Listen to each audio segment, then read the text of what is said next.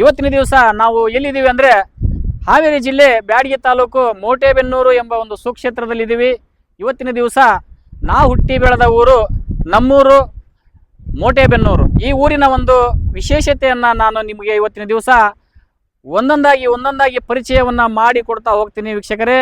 ಈ ನಮ್ಮ ಮೋಟೆಬೆನ್ನೂರಿನ ಪುರಾತನ ಕಾಲದ ಮತ್ತೊಂದು ವೈವಿಧ್ಯಮಯ ದೇವಾಲಯ ಶಾಂತಿ ದೇವಾಲಯ ಅಂತ. ಬನ್ನಿ ತೋರಿಸ್ತೀನಿ ಇದೇ ರೀತಿ ಮುಂದೆ ಯಾವ ರೀತಿ ವಿಶೇಷತೆಯನ್ನು ಹೊಂದಿದೆ ಅಂತ.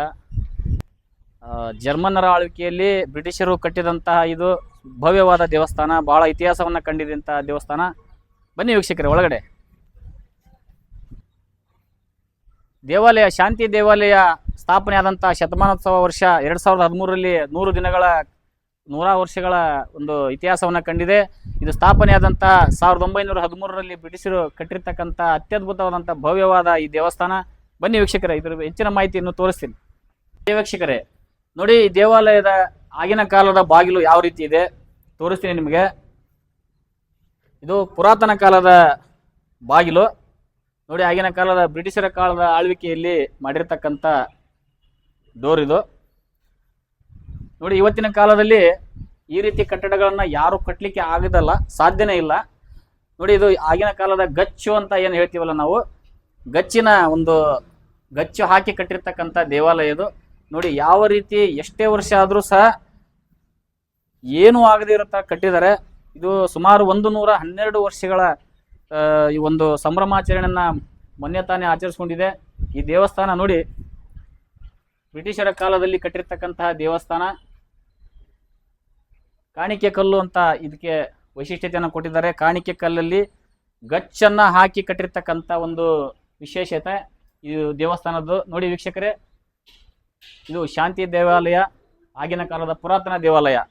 ಪರ್ಮಿಷನ್ ಕೊಟ್ರಪ್ಪ. ಸುಮಾರು 112 ವರ್ಷಗಳ ಒಂದು ಸಂಭ್ರಮಾಚರಣೆಯನ್ನು ಆಚರಿಸಿಕೊಂಡಿದ್ದ ಶಾಂತಿ ದೇವಾಲಯದ ಸ್ಥಿತಿಗತಿ ನೋಡಿ ಯಾವ ರೀತಿ ಇದೆ. ಎಷ್ಟು ಅಚ್ಚುಕಟ್ಟಾಗಿ ನೀಟಾಗಿ ಇಟ್ಟಿದ್ದಾರೆ ಶಾಂತಿ ದೇವಾಲಯವನ್ನ.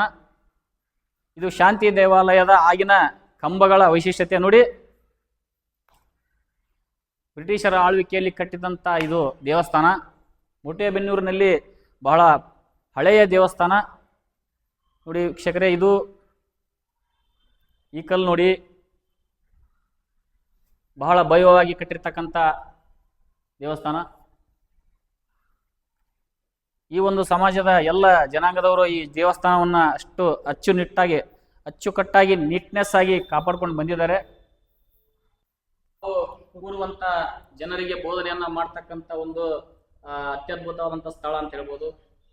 ಸರ್, ಇದು ಯಾವ ರೀತಿ, ಇದರಿಂದ ಏನು ನೀವು ಯಾವ ರೀತಿ ಒಂದು ಬೋಧನೆಯನ್ನ ಬಂದಂತ ಜನರಿಗೆ ನೀವು ಮಾಡ್ತೀರಾ ಸರ್? ದಯವಿಟ್ಟು ತಿಳಿಸ್ಕೊಡ್ರಿ. ಓಕೆ ಸರ್, ಇದು ಗರ್ಭಗುಡಿ ಎಂಬುದಾಗಿ ನಾವು ಕರಿತೇವೆ.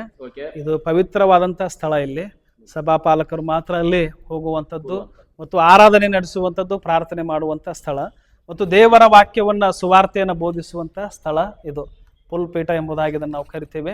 ಯೇಸುವಿನ ವಾಕ್ಯಗಳನ್ನ, ದೇವರ ವಾಕ್ಯವನ್ನು ಬೋಧಿಸಬೇಕಾದ್ರೆ ನಾವು ಇಲ್ಲಿ ನಿಂತುಕೊಂಡು ದೇವರ ವಾಕ್ಯವನ್ನು ಬೋಧಿಸ್ತೇವೆ ಮತ್ತು ಭಕ್ತಾದಿಗಳೆಲ್ಲರೂ ಕೂಡ ಇಲ್ಲಿ ಕುಳಿತಿರ್ತಾರೆ. ನಾವು ಇಲ್ಲಿ ದೇವರ ವಾಕ್ಯವನ್ನು ಬೋಧಿಸಿ ನಾವು ಬರ್ತೇವೆ. ದೇವರ ವಾಕ್ಯವನ್ನ ಬೋಧಿಸ್ಲಿಕ್ಕೆ ಮಾತ್ರ ಈ ಸ್ಥಳಕ್ಕೆ ಬರ್ತೀರಾ ಸರ್? ಹೌದೌದು. ವೀಕ್ಷಕರೇ ನೋಡಿ, ಕುಳಿತುಕೊಂಡು ಆರಾಧನೆ ಮಾಡುವಂತ ಸ್ಥಳ ಬೇರೆ ಇರ್ತದೆ. ದೇವರ ಒಂದು ಬೋಧನೆಯನ್ನ ಮಾಡ್ತಕ್ಕಂಥ, ಈ ಯೇಸುವಿನ ಬೋಧನೆಯನ್ನ ಮಾಡ್ತಕ್ಕಂಥ ಒಂದು ಸ್ಥಳನೇ ಬೇರೆ ಇದೆ. ಈ CSI ಶಾಂತಿ ದೇವಾಲಯ, ಇದು ಮೋಟೆಬೆನ್ನೂರು. ಈ ಸಭೆ, ಈ ದೇವಾಲಯ ಇಲ್ಲಿ ಕೇವಲ ನಮ್ಮ ಮೋಟೆಬೆನ್ನೂರು ಗ್ರಾಮದವರು ಮಾತ್ರ ದೇವರನ್ನ ಆರಾಧಿಸುವುದಕ್ಕೆ ಬರೋದಿಲ್ಲ, ಯೇಸು ಸ್ವಾಮಿನ ಆರಾಧನೆಗೆ ಮಾಡೋದಕ್ಕೆ ಬರೋದಿಲ್ಲ. ಸುತ್ತಮುತ್ತಲಿನ ಗ್ರಾಮದವರು, ಉದಾಹರಣೆಯಾಗಿ ಅರಬಗೊಂಡ ಆಗಿರ್ಬೋದು, ಕೆಂಗೊಂಡ ಆಗಿರ್ಬೋದು ಮತ್ತು ಬೇರೆ ಬೇರೆ ಈ ನಮ್ಮ ಅಕ್ಕಪಕ್ಕದ ಸಭೆ ಊರುಗಳಿಂದ ಅನೇಕ ಭಕ್ತಾದಿಗಳು ಇಲ್ಲಿ ಬರ್ತಾರೆ. ಕೆಲವೊಂದಿಷ್ಟು ಜನ ಹನುಮನಹಳ್ಳಿಯಿಂದ ಬಂದಿರುವಂಥದ್ದು. ಅನೇಕರವ್ರು ನಾವು ಮಾತಾಡಿಸುವಾಗ ಅವ್ರು ಹೇಳುವಂಥ ಮಾತು, ಅಯ್ಯವರೇ ನಾವು ಇಂತಿಂಥ ಊರಿಂದ ಬಂದಿದ್ದೀವಿ, ನಮಗೋಸ್ಕರ ಪ್ರಾರ್ಥನೆ ಮಾಡಿರಿ ಎಂಬುದಾಗಿ ಅನೇಕರು ಕೂಡ ಇಲ್ಲಿ ಏನು ಮಾಡ್ತಾರೆ, ಅವರು ಬಂದು ದೇವರನ್ನು ಆರಾಧಿಸ್ತಾರೆ ಮತ್ತು ಅವರಿಗೆ ಬೇಕಾಗಿರುವಂಥದ್ದನ್ನು ದೇವರ ಮೂಲಕ ಅವರು ಹೊಂದ್ಕೊಳ್ತಾರೆ. ಬಹಳ ಹಳೆಯದಾಗಿರುವಂಥ ಚರ್ಚ್ ಅಂದರೆ ಇದೆ, ಪುರಾತನ ಕಾಲದ ಇತಿಹಾಸವನ್ನು ಹೊಂದಿರುವಂಥದ್ದು. ಈ CSI ಶಾಂತಿ ದೇವಾಲಯ ಇದು ಈ ಹಾವೇರಿ ಜಿಲ್ಲೆಯಲ್ಲಿರುವಂತಹ ಪ್ರತಿಯೊಂದು ಸಭೆಗಳಿಗೂ ಕೂಡ ಇದು ತಾಯಿ ಸಭೆ ಎಂಬುದಾಗಿ ಕರೆಸಲ್ಪಡ್ತದೆ, ಮಾತೃ ಸಭೆ. ಯಾಕಂದರೆ ಪ್ರಾರಂಭದಲ್ಲಿ ದೇವರಾಲಯ ಇಲ್ಲಿ ಪ್ರಾರಂಭವಾಗಿ ಸುನ್ಕಲ್ ಬಿದರಿ ಮತ್ತು ಕುಡುಪ್ಲಿ ಮತ್ತು ರಾಣೆಬೆನ್ನೂರು ಹಾಗೆ ಕನವಳ್ಳಿ, ನೆಗಳೂರು, ಬೆಳೂಗಿ ಮತ್ತು ಬುಡುಪನಹಳ್ಳಿ ಮತ್ತು ಬೇರೆ ಬೇರೆ ಕಡೆಗಳಲ್ಲಿ ಮಿಷನರಿಗಳು, ಸೇವಕರು ಹೋಗಿ ಸೇವೆಯನ್ನು ಮಾಡಿ ಪ್ರಪ್ರಥಮವಾಗಿ ಈ ಒಂದು ದೇವರಾಲಯ ಪ್ರಾರಂಭವಾಗಿರೋದು ಇಲ್ಲಿ. 8 ವರ್ಷ ನಾನು ಪ್ರಾರಂಭದಿಂದನೇ ಇಲ್ಲೇ ಬರ್ತಾ ಇದ್ದೇನೆ ರೀ. ನಾನು ಇಲ್ಲಿ ನಾವು ಚಿಕ್ಕವಳಿರುವಾಗ ನಮಗೆ ಇಲ್ಲೆಲ್ಲ ಸಂಡೇ ಸ್ಕೂಲ್ ಅಂತ ಇತ್ತು. ಅವಾಗ ಹಿರಿಯರು ಟೀಚರ್ಸ್ ಎಲ್ಲ ಇರ್ತಿದ್ರು, ದೇವರ ವಾಕ್ಯ ಸಂದೇಶವನ್ನು ನಮಗೆ ಕೊಟ್ಟರು. ಆಮೇಲೆ ನಾವು ನಂಬಿಕೆಯಿಂದ ಚಿಕ್ಕವರಿಂದನೇ ಇಲ್ಲೇ ಬರ್ತಾ ಇದ್ದೇವೆ. ನಮಗೆ ದೇವರು ಒಳ್ಳೇದು ಮಾಡ್ತಾ ಇದ್ದಾನೆ, ನಮ್ಮ ಕಷ್ಟಗಳನ್ನೆಲ್ಲ ಪರಿಹರಿಸ್ತಾ ಇದ್ದಾನೆ. ನಾವು ದೇವರನ್ನು ನಂಬಿದ್ದೇವೆ. ನಮ್ಮ ಬೈಬಲ್ನಲ್ಲಿ ಒಂದು ವಾಕ್ಯ ಐತಿ, ನಿನ್ನ ನಂಬಿಕೆ ನಿನ್ನನ್ನು ಸ್ವಸ್ಥಪಡಿಸುತ್ತದೆ ಅಂತ ಹೇಳ್ತದೆ. ಅದರಿಂದ ನಾವು ನಂಬಿಕೆ ಇಟ್ಟು ನಾವು ಈ ದೇವಸ್ಥಾನಕ್ಕೆ ಬರ್ತಾ ಇದ್ದೇವೆ. ನಮ್ಗೆ ಒಳ್ಳೇದಾಗ್ತಾ ಇದೆ. ದೇವ್ರು ನಮ್ಮನ್ನು ಇಲ್ಲಿವರೆಗೆ ನಡೆಸ್ತಾ ಬಂದಾನೆ. ಮತ್ತು ಎಲ್ಲ ಏನೇ ಕಷ್ಟ ಇದ್ದರೂ ಅವು ಪರಿಹರಿಸ್ತಾ ಬಂದಾನೆ. ಮತ್ತು ಮಕ್ಕಳಿಗೆ ಮತ್ತು ನಮ್ಮ ಗಂಡ ಮಕ್ಕಳು, ನಮ್ಮ ಹಿರಿಯರು ಎಲ್ಲರೂ ಇದರಲ್ಲಿ ಬರ್ತಾ ಇರೋದ್ರಿಂದ ನಮಗೆ ದೇವರು ಒಳ್ಳೇದು ಮಾಡ್ತಾ ಇದ್ದಾನೆ. ಇನ್ನು ಮುಂದೆ ಕೂಡ ನಾವು ಇಲ್ಲೇ ನಂಬಿಕೆಯಿಂದ ಬರ್ತೇವೆ. ಓಕೆ ಎಲ್ಲ ಅಂತ ನೋಡಿ. ಈ ಅಕ್ಕಂದ್ರು ಯಾವ ರೀತಿ ಇವರಿಗೆ ದೇವರು ಒಂದು ಸುಖ ಸಂಸಾರದಲ್ಲಿ ಯಾವ ರೀತಿ ಒಳ್ಳೆಯದನ್ನ ಮಾಡಿದಾನೆ ಯೇಸು ಕ್ರಿಸ್ತ ಅನ್ನೋ ಒಂದು ಮಾಹಿತಿಯನ್ನ ಕೇಳೋಣ. ಅಮ್ಮ, ಎಷ್ಟು ವರ್ಷದಿಂದ ಈ ದೇವಸ್ಥಾನಕ್ಕೆ ಬರ್ತಾ ಇದ್ರಮ್ಮ? ನಾವು 30 ವರ್ಷದಿಂದ ಇಲ್ಲೇ ಇದ್ದೇವೆ. ನಾವು ಹಾವೇರಿಯಲ್ಲಿ ಇದ್ವಿ. ಫಸ್ಟ್ ಮದುವೆ ಆದ ಹಾವೇರಿ ಚರ್ಚ್ ಒಳಗೆ. ನೆಕ್ಸ್ಟ್ ಇಲ್ಲಿ 30 ವರ್ಷ ಆಯಿತು ಮುಟೇನರಿ ಬಂದು.